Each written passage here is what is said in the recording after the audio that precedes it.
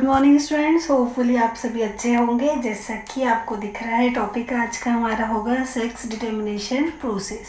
Sex determination process की बात करूँ तो ये बहुत ही ज़्यादा इंपॉर्टेंट टॉपिक होगा। ये क्वेश्चन 101% एवरी ईयर एग्जाम में आता है ये, ठीक है। हम इसे लिख नहीं पाते क्योंकि हम इसे समझ नहीं पाते कि एक्चुअल में होता क्या है सेक्स डिटर्मिनेशन प्रोसेस, उसे हम जानेंगे।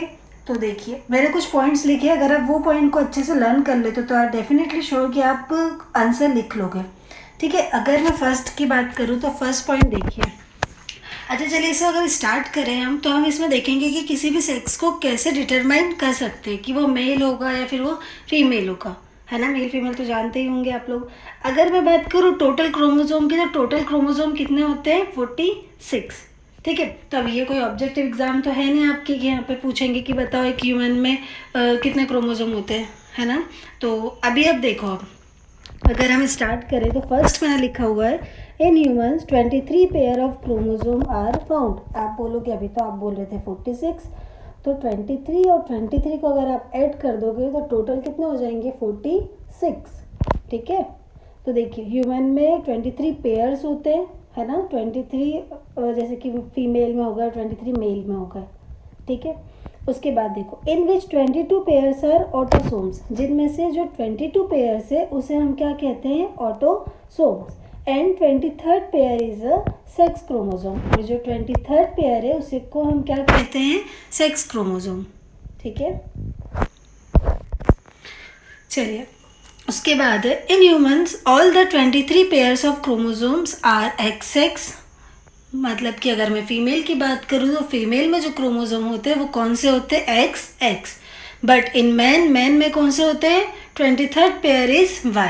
यहाँ पर इसका जो 23rd पेयर आ जाता है मेल में, वो कौन सा आता है? Y। उसके बाद तो इतना तो आपको समझ में आ गया होगा, है ना। उसके बाद देखो, अब ध्यान से समझना, if the X chromosome of man gets fertilised with X chromosome of women, मतलब कि जब X क्रोमोसोम मेल का और X क्रोमोसोम वुमेन का जब फर्टिलाइज होता है, जब एक फीमेल चाइल्ड प्रोड्यूस होता है। अगर शॉर्ट में करूँ तो जब XX फर्टिलाइज हो जाएंगे तो कौन सा चाइल्ड होगा? Female. If the Y chromosome of man, अभी अच्छा मैंने स्टार्टिंग में बताया था कि फीमेल में XX क्रोमोसोम होते हैं और मेल में कौन से होते हैं? XY। तो जब वुमेन का X और मैन का X अगर मिलेगा तो कौन सा चाइल्ड बनेगा? फीमेल। अब अगर बात करें Y क्रोमोसोम मैन का और X क्रोमोसोम वुमेन का, मतलब कि XY, तो XY जब हो जाएगा तो कौन सा चाइल्ड प्रोड्यूस होगा? Male child. तो होपफुली आपको ये डाउट क्लियर हो गया होगा अच्छे से। अब बस इतना सा अगर क्लियर हो जाता है तो सेक्स डिटर्मिनेशन प्रोसेस आप पूरी अच्छे से समझ गए। 5 मार्क्स का एक क्वेश्चन आएगा और बहुत ही इसे हम इजीली अपनी ओन लैंग्वेज में लिख सकते हैं, जैसे कि मैंने लिखा है, ठीक है। Therefore male child is represented by XY। इस वजह से मेल चाइल्ड को किससे रिप्रेजेंट करते हैं? XY से। एंड फीमेल चाइल्ड को किससे रिप्रेजेंट करेंगे? XX से। चलिए, therefore Y chromosome in man, इसलिए जो Y क्रोमोसोम होता है मेन का, वो रिस्पॉन्सिबल होता है किसके लिए? सेक्स डिटर्मिनेशन प्रोसेस के लिए। And this whole process is called, क्या कहते हैं हम इस पूरी प्रोसेस को? Sex determination process. अब इसका लाइन डायग्राम से एक बार और देख लीजिए। जैसे कि मैंने स्टार्टिंग बताया था, फीमेल के कौन से क्रोमोसोम होते हैं?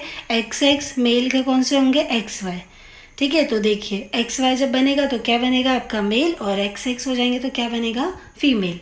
तो होपफुली आपको सेक्स डिटर्मिनेशन प्रोसेस अच्छे से समझ में आ गई होगी। बस इसमें कुछ भी नहीं है, बस आप थोड़ा सा ध्यान रखिएगा क्या, कि अगर हम बात करें तो कितने पेयर्स होते हैं? 23 पेयर्स होते हैं, जिसमें से 22 जो पेयर्स होते हैं वो ऑटोसोम्स होते हैं, और जो 23rd पेयर रहता है वो रिस्पॉन्सिबल रहता है किसके लिए? सेक्स के लिए।